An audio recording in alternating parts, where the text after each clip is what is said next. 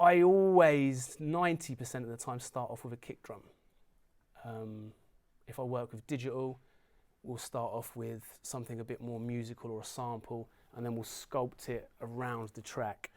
Some people start off with a chord progression or something a bit more musical, but I always go kick and bass. If those two things are cool for me, I can decorate the outside and it's all good. You know, obviously the snare is a thing as well.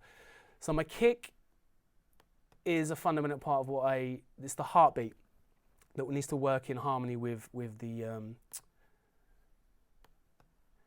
bass.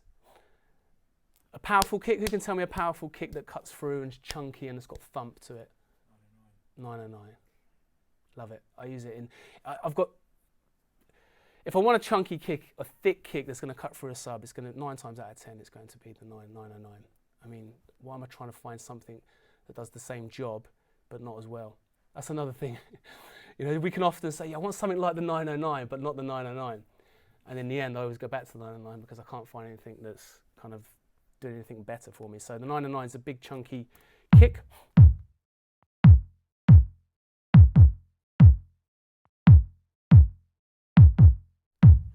Now, at this stage, it's not in mono, but it will be in mono. That's generally what I'll do. So everything starts off in MIDI as well. And then I'll commit to audio. If for whatever reason I'm using something like Ultrabeat, which is only in stereo, I'll kind of bounce it out and then fold it down to mono. But the kick will be in mono. Must be a plugin on here that's not mono for some reason. Anyway, I'll show you my processing. So without this, it's a bit too overbearing. So what I've done is I've took off some of the high-end clickiness. I've brought some of it back, but this is a good CLA drums on the kick. I've took off the compression. I don't compress kicks. I've took the compression off. Funny enough, I've took some highs out here. I'm showing you with mostly stock plugins, by the way, because why not? You don't have to have all thousands of pounds worth of plugins either.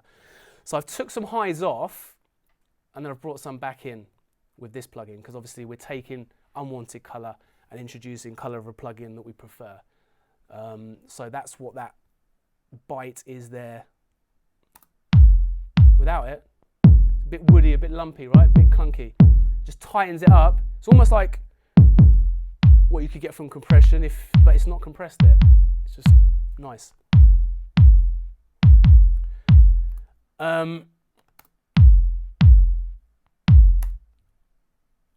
As you probably know, it's always be mindful of kind of low end energy. If you've got a sub at the same time as your kick, either take out the lows of the kick.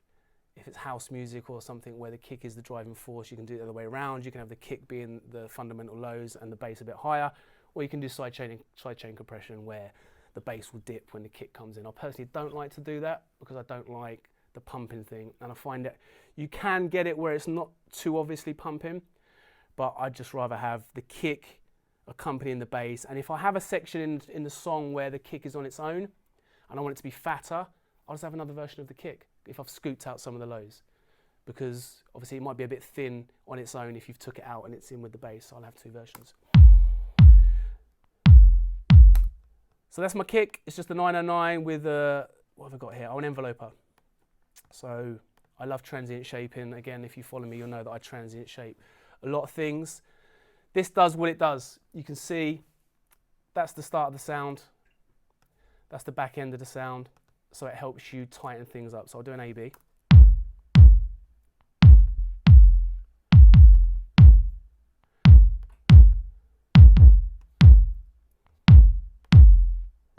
So it's literally, so there's quite an obvious difference there. So that's with it off. It's clicking, it's going to cut through something. So kicks, snares, hi-hats, those of you into drum and bass, or those of you that use samples of old drum loops and crusty beats and stuff and you want to clean them up, transient shaping is a really cool way to do that. So if you like the Amen and stuff like that, run it through that. In fact, let me give you a quick example with a crusty breakbeat. Transient shaping honestly changed my life. It really did. That and subtractive EQ and parallel processing, those three things right there changed my life. It's quite pathetic really, isn't it?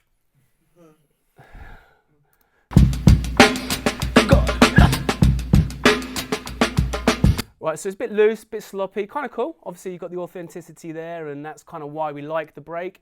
We don't want to clean it up totally, because why are we choosing that? Because it was recorded in a certain era with certain equipment in a certain room. So we're not going to want to really get rid of all that. Otherwise, why not just get a clean kit and have the same sequence, right? So we want to kind of keep some of the timbre and the characteristics.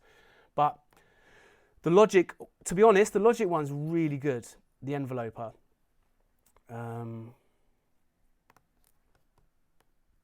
Back step one on Logic, and you've got the room killer preset, which I always like to start off with. So I'm going to exaggerate it. So I'm going to push up some attack, tighten it here, and just have literally no release on the end.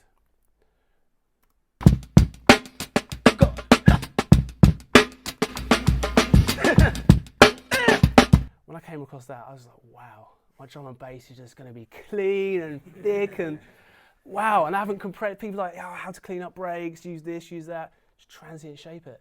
Isotope do a multi-band transient shaper. So if you've got a break beat and you want to only tighten certain elements up, you can focus in on the mid-range and whatever else, the lows and the highs separately, and you can treat the attack and the sustain differently. So, you know, you might want the hi-hats to be a bit more choppy and pokey, so you could zoom into where the hi-hats are fundamentally sitting, and you can kind of give those a push, and you can go into the snare area and treat that differently. So that's Isotopes. It used to be a part of Alloy.